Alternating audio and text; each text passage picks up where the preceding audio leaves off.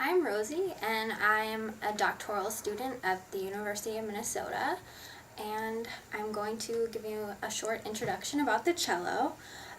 First of all, it's the closest instrument to the human voice, in my opinion, and it has 4 strings, and they are A string, D string, G string, and the low string C. And we play in 3 different clefs: bass clef, which is the most standard, tenor clef, and then treble clef. So we have a huge range. The range of the cello is really large, and our lowest note is a C, and that is 2 ledger lines below bass clef, and our highest note is an E. Technically, we can go higher, but I'll cap it at an E for now, and that's all the way up there, which is 3 ledger lines above treble clef. The cello can play in any key signature, all the way up to 6 sharps, 6 flats, whatever you would like to write in. It does get more difficult to play in key signature with more sharps or flats, so just keep that in mind. Some of the biggest strengths of the cello are that we can play really nice long legato singing lines, going back to the fact that our instrument is closest to the human voice. So I'll give you an example. This is from the Dvorak Cello Concerto.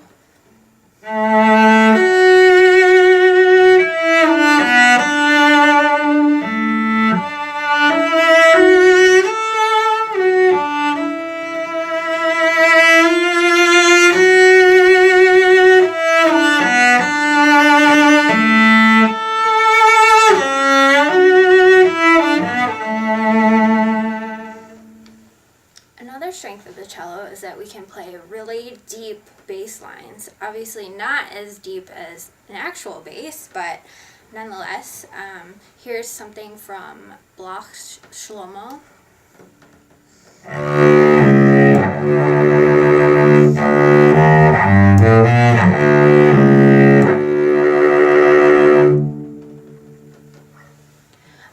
Another strength is our enormous register, as I was saying before, and our huge dynamic range. We can get the quietest pianissimos and really loud fortissimos, so that's a huge advantage to playing the cello.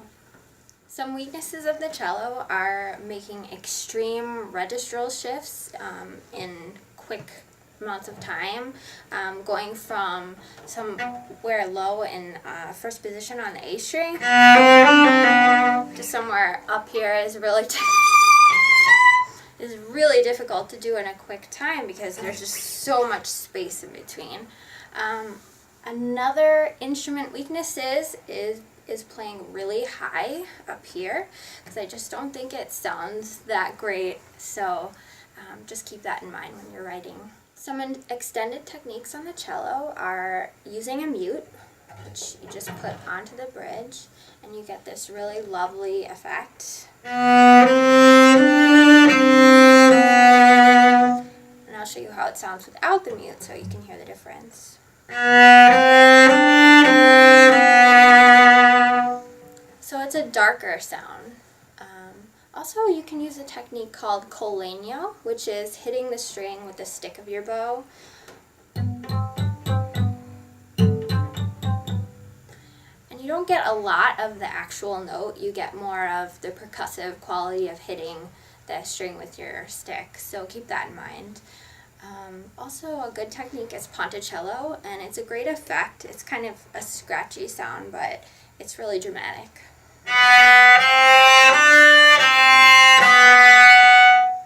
And that involves just playing right near the bridge.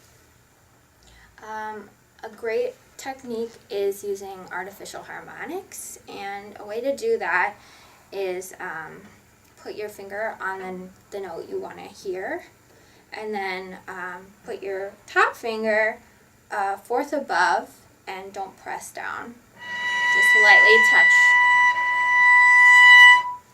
And you get a note 2 octaves above the lower note that you put your thumb on. Another technique is using pizzicato as you're playing arco. It's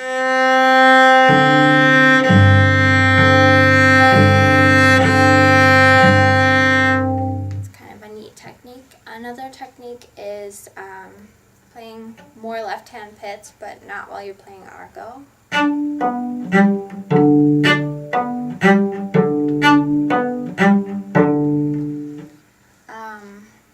Bartok pits is also really fun. It's used a lot in Bartok's music, and it also gives you a really percussive quality because the string is actually slapping the fingerboard. Because you're pulling outward rather than to the side. Also, you can use double stops, triple stops, and quadruple stops, but keep in mind you have to have one note per string, and it has to fit within my hand. My hand's not that big, so I'll show you a little passage from Dvorak, which shows some triple stops.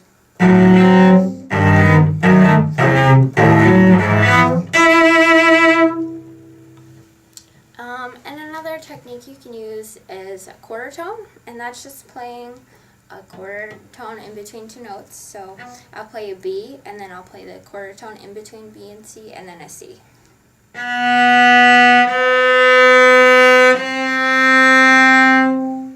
So it gives a really neat effect. And those are all the extended techniques. I don't like to see in my music really awkward double stops, triple stops, and quadruple stops like I was talking about before. If you could make sure they fit within something I can actually reach, that's great. I think it's very difficult to play in keys with an enormous amount of flats and sharps, so keep that in mind when you're writing. And I don't think the cello sounds that great really high, and it's really difficult to play close to the end of the fingerboard, so keep that in mind as well. I think my favorite thing to do on the cello is to play those long singing legato lines and to really take advantage of the dynamic range of the cello and play really quiet pianissimos with different types of vibrato, and I think that's a really strong point about the cello. Some composers that write really well for my instrument and really express what the cello is about are Dvorak, and you can listen to the Dvorak Cello Concerto, and Brahms, and you can listen to his 2 cello sonatas in E minor and F major, and then his symphonies as well. I really enjoyed showing you what the cello can do, and good luck with your compositions. I really look forward to playing through them and meeting you. So, great, thank you.